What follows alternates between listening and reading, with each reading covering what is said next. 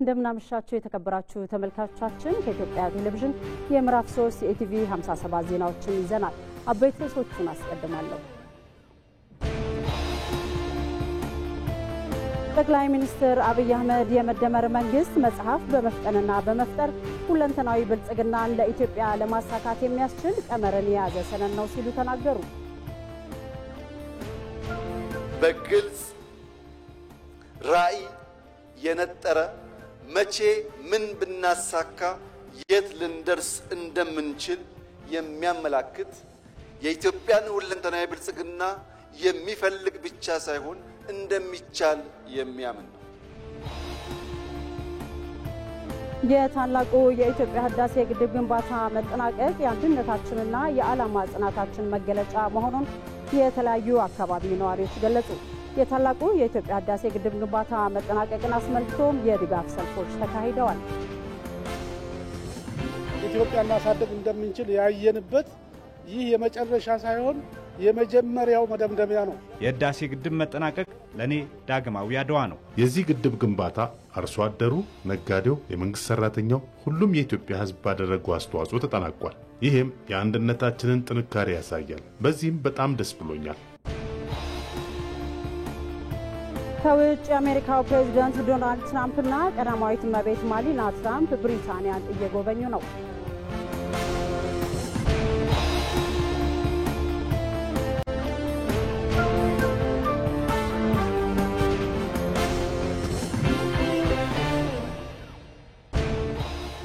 ከኢቲቪ 57 ዜናዎች ጋር አልጋነሽ ተካነኝ፣ አብራችሁን ቆዩ።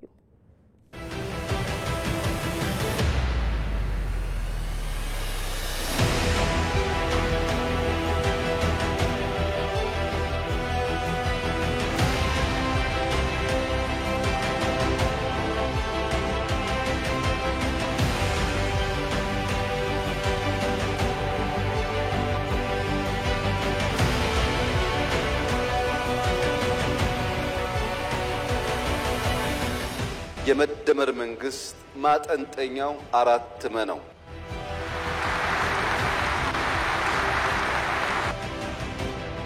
የክቡር ጠቅላይ ሚኒስትር ዶክተር አብይ አህመድ አራተኛ መጽሐፍ የሆነው የመደመር መንግስት በታላቅ ድምቀት ተመርቆ ለገበያ ቀርቧል።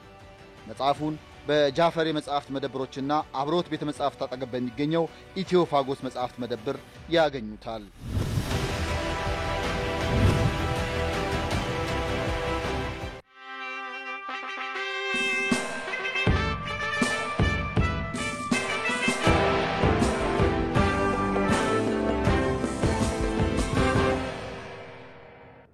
ተመልካቾቻችን የመደመር መንግስት መጽሐፍን በተመለከተ ወደ ተዘጋጁ ዜናዎች አልፋለሁ። ጠቅላይ ሚኒስትር አብይ አህመድ የመደመር መንግስት መጽሐፍ በመፍጠንና በመፍጠር ሁለንተናዊ ብልጽግናን ለኢትዮጵያ ለማሳካት የሚያስችል ቀመርን የያዘ ሰነድ ነው ሲሉ ተናገሩ። የመደመር መንግስት የምትመስል ሳይሆን የምትመሰል ሀገርን መፍጠር ዓላማው ያደረገ ኢትዮጵያዊ የፖለቲካ ኢኮኖሚ እሳቤ መሆኑንም ነው ጠቅላይ ሚኒስትር አብይ አህመድ የተናገሩት። መሐመድ አልቃድር ዝርዝር አዘጋጅቷል።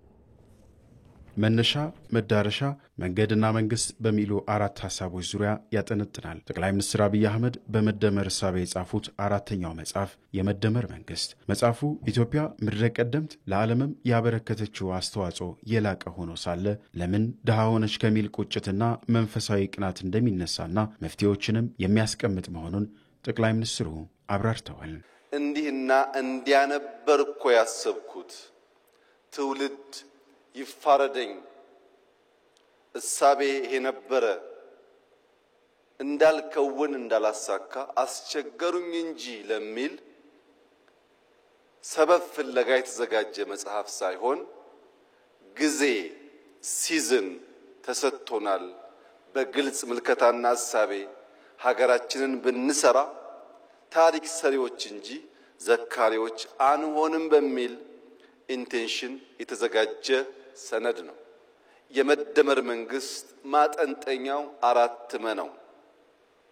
የመጀመሪያው መነሻ ነው። ምንድነው መነሻው ያላችሁ እንደሆነ ቁጭት ነው። ኢትዮጵያ ለምን ድሃ ሆነች? ኢትዮጵያ ለምን ተረጂ ሆነች? ኢትዮጵያ ከማን ስለምታንስ ነው ከማን የምትረዳው የሚሉ የቁጭት ጥያቄዎችና ምክንያት ፍለጋ ነው። የኛ የለውጥ አራማጅነት የሚለካው ትናንትናን በመናድ ትናንትናን በማፍረስ እንጂ የጎደለ ሞልተን የላቀ የተሻለ አሸጋግሮ በመስጠት አልነበረም። የመደመር መንግስት ያልተሄደበትን መንገድ መጓዝ ይመርጣል። የመደመር መንግስት መነሻውን ዳሶ መዳረሻውን ይተልማል ያሉት ጠቅላይ ሚኒስትር አብይ አህመድ ድህነትን ለማሸነፍ በትጋት መስራት የመደመር መንግስት ግልጽ መንገድ መሆኑን አብራርተዋል። የመደመር መንግስት ከምኞት ይሻገራል፣ ፍላጎት ነው። በግልጽ ራዕይ የነጠረ መቼ ምን ብናሳካ የት ልንደርስ እንደምንችል የሚያመላክት የኢትዮጵያን ሁለንተናዊ ብልጽግና የሚፈልግ ብቻ ሳይሆን እንደሚቻል የሚያምን ነው። ለመምሰል ሞክረናል፣ ብዙ ጊዜ አልተሳካም። አሁን በእኛ መልክ በእኛ ሐሳቤ በእኛ ባህል ልክ ተቀርጾ በምሳሌነት የሚወሰድ ሀገር መገንባት እንፈልጋለን። ይህ ደግሞ ይቻላል ብሎ የመደመር መንግስት በጽኑ ያምናል። የመደመር መንግስት ኢትዮጵያውያን መሰባሰብና መደመር አለባቸው ብሎ እንደሚያምን የገለጹት ጠቅላይ ሚኒስትሩ ይህም የኢትዮጵያን ስብራት ለመጠገን የሚያስችል ኃይልን ለመፍጠር ያግዛልን ብለዋል። መንገዱ በተቻለ መጠን ኢትዮጵያውያንን በጋራ ራዕይ ላይ መሰብሰብ ያስፈልጋል ብሎ ያምናል። ኢትዮጵያውያን በጋራ ራዕይ ከተሰባሰቡ በኋላ ስብራት ለይተን መፍትሄ ማበጀት ደግሞ ያስፈልጋል። የኢትዮጵያ የእድገት ጉዞ ስብራት፣ የኢትዮጵያ ፖለቲካል ችግር ስብራት ዋነኛው ጉዳይ የጥላቶቻችን አጀንዳ ነው። ይሄም መለያየት ነው። ዘር፣ ሃይማኖት፣ ጾታ፣ ሰፈር፣ መንደር እየተባለ መለየት ነው። ለዚህ መፈወሻ መድኃኒት ደግሞ መደመር ብቻ ነው። መደመር አለብን። የምንደመረው መከፋፈል የኛ የኢትዮጵያውያን ሐሳብ ሳይሆን ኢምፖዝ የተደረገ ቶት ስለሆነ ያለ መከላከል እንደመራለን። ኢትዮጵያ የተዘጋባትን ለመክፈት የመደመር መንግስት መፍትሄዎችን የሰነደ መሆኑን ጠቅላይ ሚኒስትሩ በመጽሐፉ ምርቃት ወቅት ተናግረዋል። የመደመር መንግስት መጽሐፍ የሀገርን የወደፊት ዕጣ በመወሰን ህዝብን ለአንድ ዓላማ የሚያስተሳስር ነው ሲሉ የፕላንና ልማት ሚኒስትር ዶክተር ፍጹም አሰፋ ተናገሩ። እንደ ሀገር የሚያጋጥሙንን ችግሮች ለመፍታት የመደመር መንግስት መጽሐፍ የመፍትሄ አቅጣጫ ያስቀመጠ መሆኑንም የጠቅላይ ሚኒስትሩ የምስራቅ አፍሪካ ጉዳዮች አማካሪ ሚኒስትር ጌታቸው ረዳ ተናግረዋል። ሚኒስትሮቹ በመደመር መጽሐፍ ዙሪያም ዳሰሳ አቅርበዋል።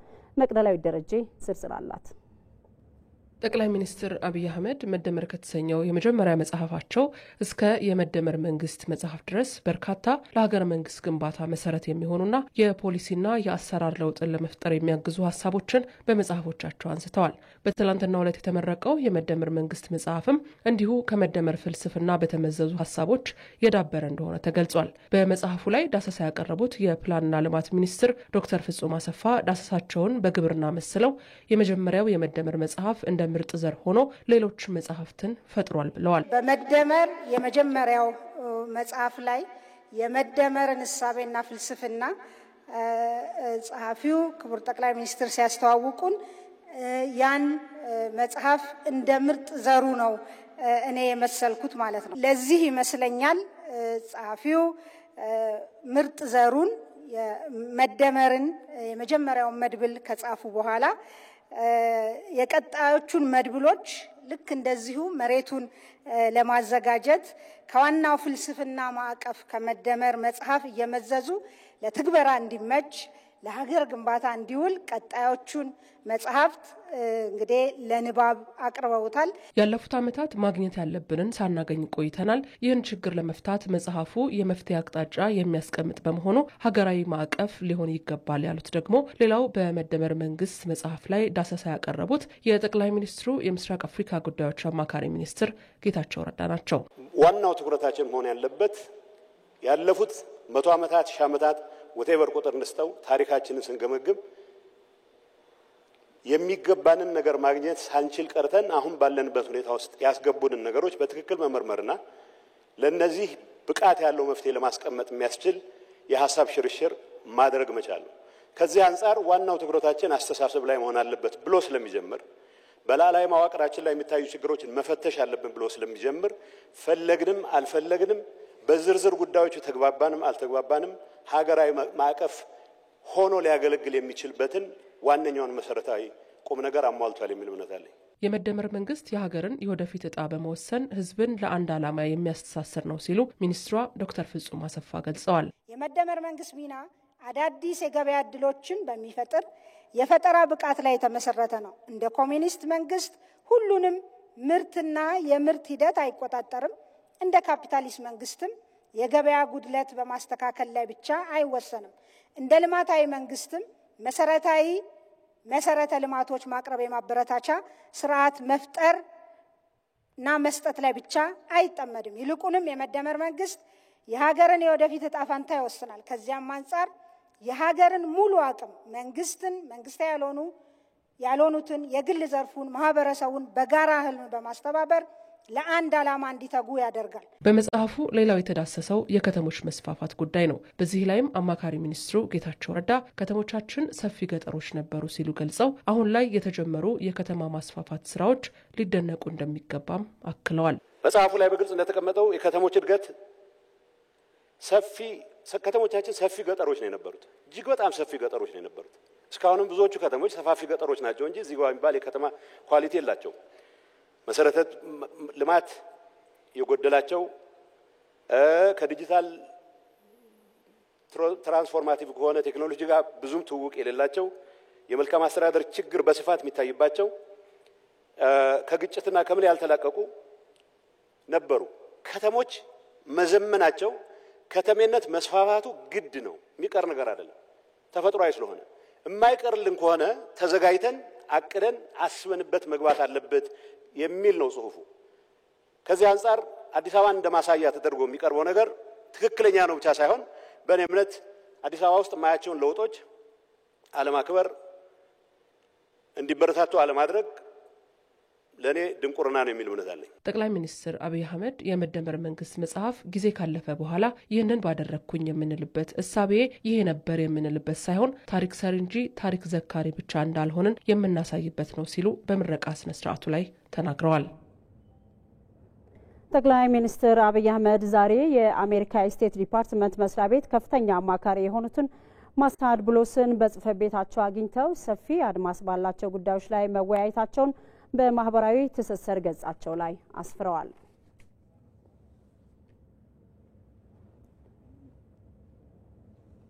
ወደ መደመር መንግስት መጽሐፍ ዜና እናልፋለን።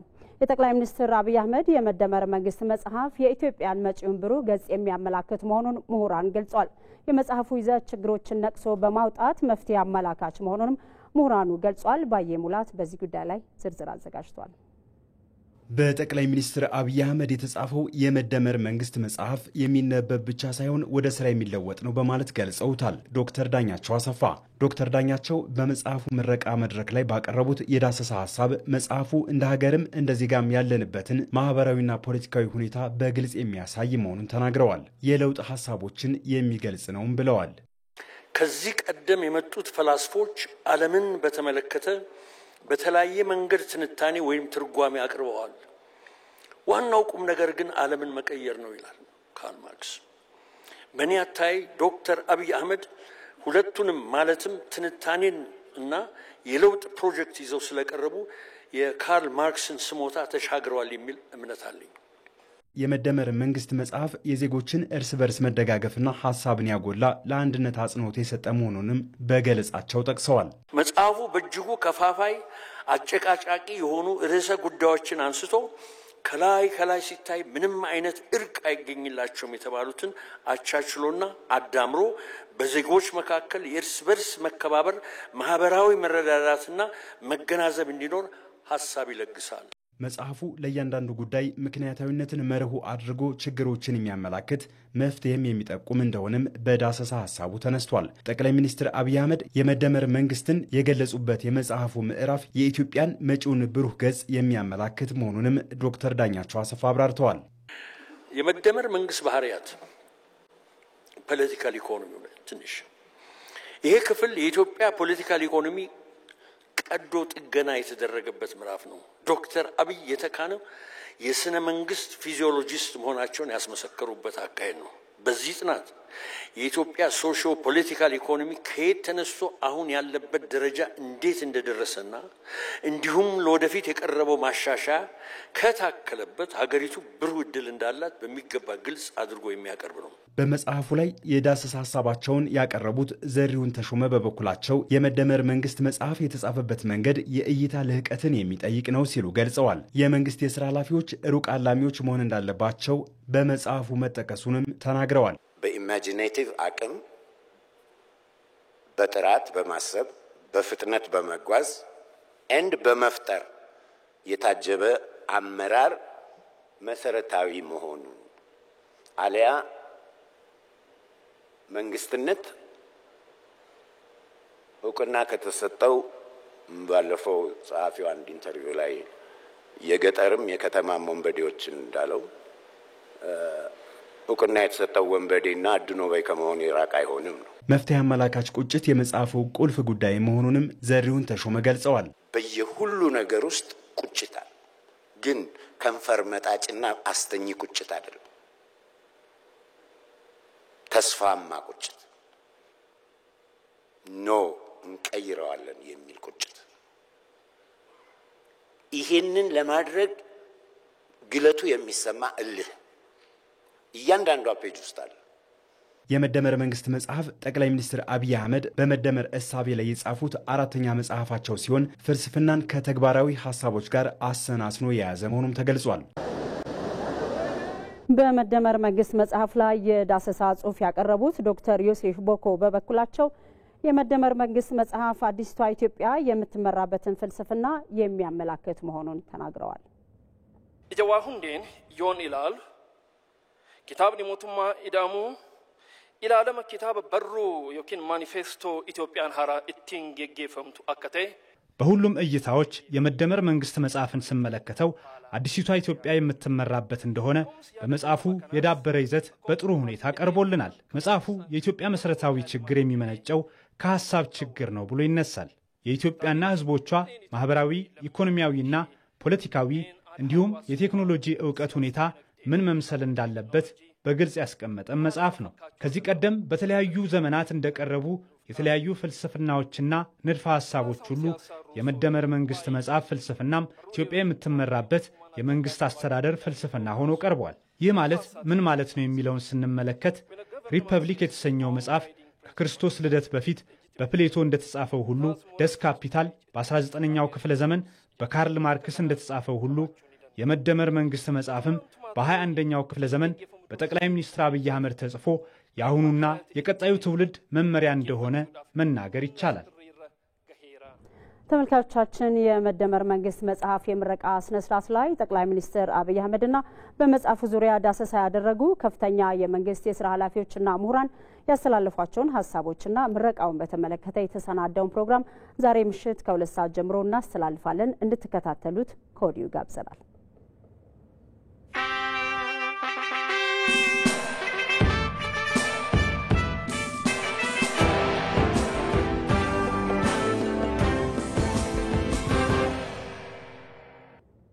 ታላቁ የኢትዮጵያ ህዳሴ ግድብን ወደ ተመለከቱ ዘገባዎች እናልፋለን።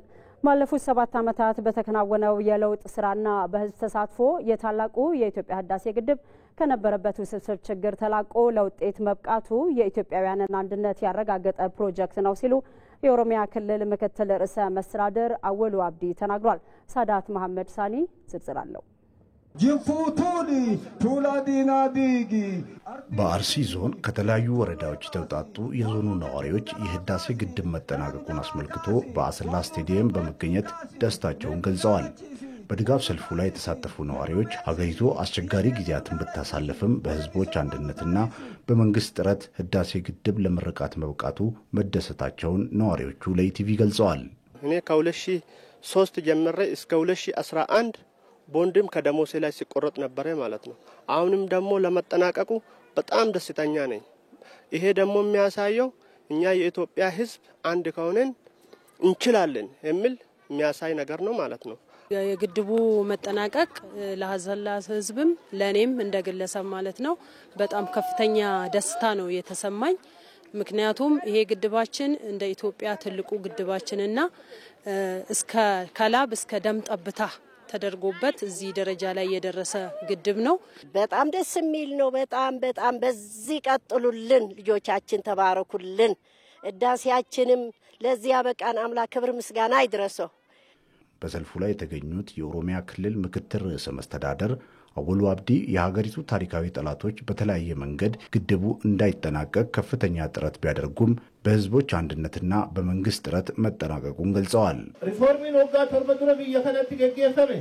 ባለፉት 7 ዓመታት የተከናወነው ሪፎርም ታላቁን የህዳሴ ግድብ ከጥፋት መታደግ ችሏል። በእናንተ ያልተቋረጠ ድጋፍ የህዳሴ ግድቡን ከጥፋት መታደግ ተችሏል። ታሪካዊ ጠላቶቻችን ግድቡን ለማሰናከል የቻሉትን ሁሉ ቢያደርጉም ከልማት ወዳዱ ህዝባችን ጋር በመሆን ለፍጻሜ አብቅተነዋል። የግድቡ መጠናቀቅ የዚህ ትውልድ ደማቅ ታሪክ ነው ያሉት ምክትል ርዕሰ መስተዳደሩ ታሪክን ከመናገር ባሻገር ታሪክ መስራት እንደሚችልም የህዳሴ ግድቡ የዚህ ትውልድ ማሳያ ነው ብለዋል። ይህ ትውልድ ታሪክ ነጋሪ ብቻ ሳይሆን ታሪክ መስራት እንደሚችል የህዳሴ ግድብ ምስክር ነው። የዚህ ትውልድ አካል በመሆናችሁ እንኳን ደስ አላችሁ። ተግባብተን እንደ ህዝብ አንድ ሆነን ከሰራን የሚያዳግተን ስራ እንደሌለም ተገንዝበናል።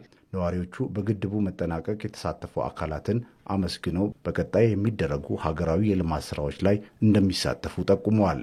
በተለይ በዚህ እግር መንገድ እኔ ምስጋና የሚያቀርበው ክቡር ዶክተር ጠቅላይ ሚኒስትር አብይ አህመድ በጣም ጀግና ሰው መሆኑን ልክ ከሱ በታይ ደግሞ ጀግኖች እንዳለ በተለይ ደግሞ አገር ወዳድ መከላከያ ሰራዊት በጣም አገር መወዱ እዛ ስላሉ ነገም ዛሬም ደግሞ እንደዚህ አይነት ግድብ 4-5 ማት ምኞቴ ነው ማለት ነው። የበለጠ ደግሞ የዛሬ አመት በዚህ ቀጥላችሁ ደግሞ ደስ ብሎን አሮጊቶች እንድንጦር ልጆቻችን እንድትባረኩልን ደስ እንዲላችሁ ደግሞ ደስታ ነው የሚሰማኝ። በሀገሪቱ በአብዛኛው ክፍል የህዳሴ ግድብ መጠናቀቁን አስመልክቶ ህዝቡ በተለያየ መንገድ ደስታውን በመግለጽ ላይ ይገኛል።